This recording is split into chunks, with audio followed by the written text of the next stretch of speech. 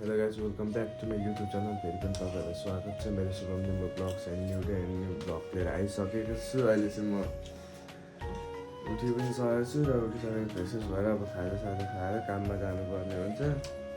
मेरो चिकुले चाहिँ खाजा दबाउँदैछ यहाँ, मेरो चाहिँ यहाँ छ। आजदेखि त अलिक छिटो छिटो काम हुन्छ। कति हुन्छ 26 भयो नि है, 24 भइसक्यो। 6:30 बजी त काममा लागिसक्नुपर्ने हुन्छ। सो अब चाहिँ छिटो छिटो खाजासाजा खाएर जानुपर्ने हुन्छ। म तपाईँहरूलाई अहिले देखाउँछु। सो अब चाहिँ हामीले खाजा पनि खाइसकेको छौँ। अब हामी काममा जानुपर्ने हुन्छ। अरू मिस्त्री हेल्परहरू अघि पुगिसक्यो होला। अब हामी त भर्खर पो जाँदैछौँ। अब उठाइ नै 6 बजी मात्र भयो। अनि खाजा पकाउँदा ओर्दा ढिलो भइहाल्यो। आदि छिटो आउन। सो अब चाहिँ साइकल यहाँ अगाडि छ। अब साइकलमा 10 मिनट जस्तो लाग्छ पुग्नु, 10-15 मिनट। अनि सो अब चाहिँ हामी कामतिर जाँदैछौँ। सो हेरौँ त के हुन्छ म देखाउँछु। चोक यहाँ होइन त, चोक त ठ्याक्क 2.5 किलोमिटर माथि छ चोक पनि। सो अब चाहिँ जाँदा के हुन्छ म तपाईँहरूलाई देखाउँछु ल। सो गाइस अहिले चाहिँ हामी छिटो जाँदैछौँ। चिसो भइरहेछ। चिकुले तुफान हानिरहेको, अलिक तुफान हान न। अब गएर काममा लागिहाल्नु पर्ने हुन्छ। पनि फाक्सा खाएर होला। अब टोइलेट कुदाउँछ जस्तो पो लाग्दैन। चिसो पनि भइरहेको थियो। तातो भातमा है जन्मेको मासु खाइदिएको, बोसोहरू जन्मेको होला त दामी पो भएको थियो। अहिले चाहिँ हामी यहाँ राईगाउँ आइसक्यो। राईगाउँदेखि कति अब 7 मिनटमा पुगिन्छ चोक। अब 5 मिनटमा सायद अब हामी लगभग साइडमै पुग्छौँ होला। म तपाईँहरूलाई साइडमा भेट्छु है त। को को आएको छ त्यो पनि देखाउँछु ल। दिदीहरू 2जना आइसक्यो होला, 1जना हेल्पर पनि आइसक्यो होला खान्छ। अब चाहिँ हामी साइडमा पुगेपछि भेट्नुपर्ने हुन्छ। सो अहिले चाहिँ हामी साइड पनि आइसकेको छौँ। यहाँ मिस्त्रीहरू त अघि भर्खर त आएको थियो, भर्खर माथि चढ्दैछ पर। सो अहिले चाहिँ हाम्रो साधन साइड लाउँछ। सो चाहिँ हामी साइडतिर जाउँ।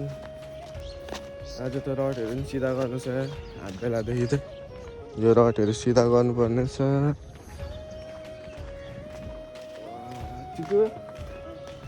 बिहान काममा आएर कस्तो भइरहेको छ, बबाल भइरहेछ। सो यहाँ चाहिँ ढलाइको लागि हिजो गिटी पनि ल्याइसकेको छ 2 गाडी। अब चाहिँ हामी माथि जानुपर्ने हुन्छ। माथि गएपछि जाली बुन्नु पऱ्यो। यहाँ चाहिँ सामानहरू सर्टहरू छ। आज त यतिकै काम गर्नु। अहिले चाहिँ हामी अब छतमा पनि आइसक्यो। अब माथि चढ्नुपर्ने हुन्छ भर्याङदेखि माथि।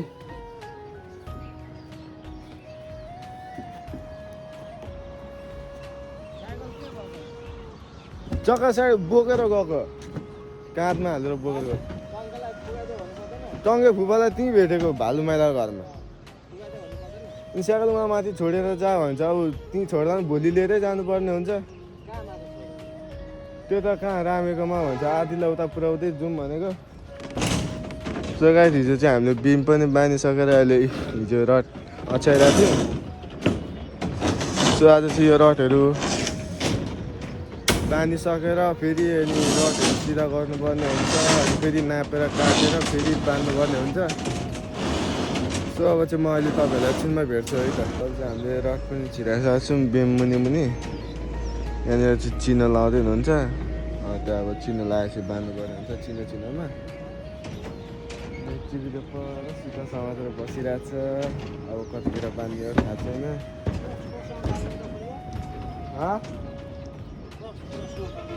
के यस्तोमा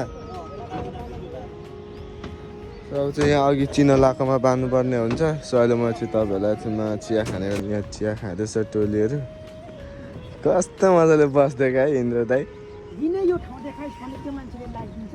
के मान्छेको अनुहार देखाएन ला यो झन् हगुतेको अनुहार हेर यहाँ चिकुले पनि चिया खाँदैछ चिया मिठो छ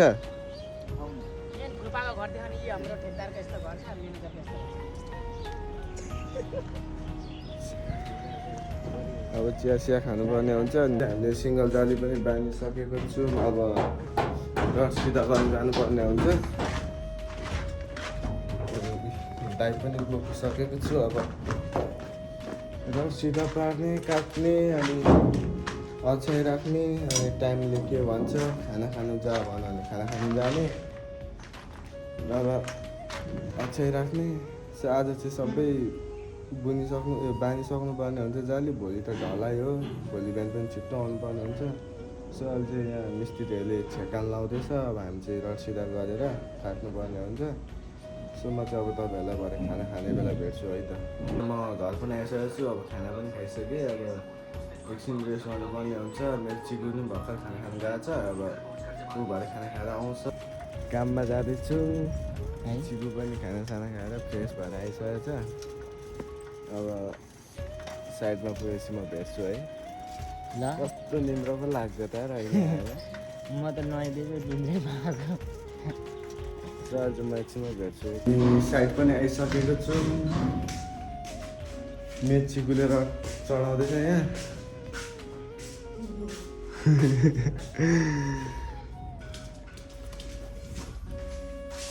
अब डबल जानेको लागि रड तान्दैछौँ अहिले मैले पनि थोरै तानिरहेको थिएँ अब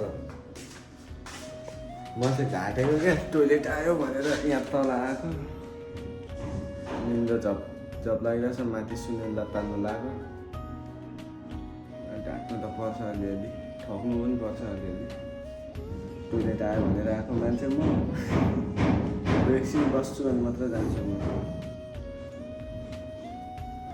सो अब चाहिँ हामी एकछिनतिर भेट्नुपर्ने हुन्छ अहिले चाहिँ यहाँ कोक खानुपर्छ भनेर प्लान गरेको पैसै ल्याएन सुनिले ठुलो अब मिस्त्रीहरूले के भन्छ पैसा उठायो भने कोक खाने पैसा उठाएन भने त कहाँबाट खानु चाहिँ मैले कोक पनि लिएर आइसकेको छु आज चाहिँ साउले नै किनेको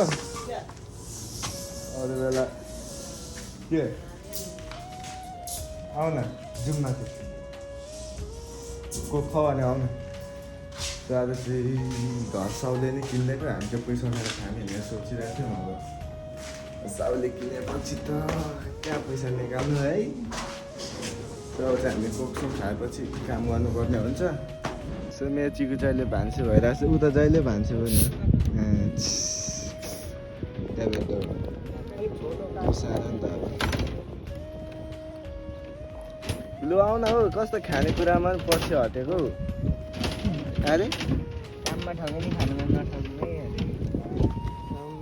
यस्तो नले दाइले अरे काममा ठगे हतार भएको हतार भएको के भन्नु डक्टर सो चाहिँ हामी कोक खानुपर्ने हुन्छ कोक खाएपछि काममा लागिहाल्ने ठग्दै काम गर्नुपर्छ सो अहिले चाहिँ हाम्रो जाली पनि बुनिसक्यो अब अलिकति रहेको छ भोलि बिहान छिट्टो आएर जाली बुन्नुपर्ने हुन्छ डबल जाली लगभग अझै टाइम भएको त आज पुरै सकिन्थ्यो है अझ सबजना झरिसक्यो अब चाहिँ हामी पनि झर्नुपर्ने हुन्छ ढाँड त पुरा दुःख त भाइ यस्तो छ भर्याङ यहाँबाट झर्नुपर्ने हुन्छ देखाउँदै झर्नु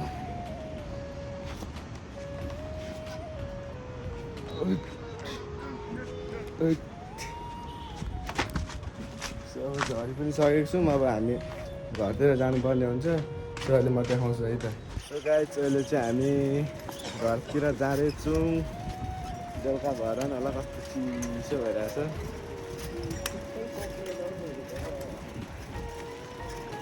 ठिक्क हाम्रो गुरु होला भनेर त होइन रहेछ चिकु त्यही भन न हौ त्यही पनि बोल न हौ कति वात्त गरेर बसेको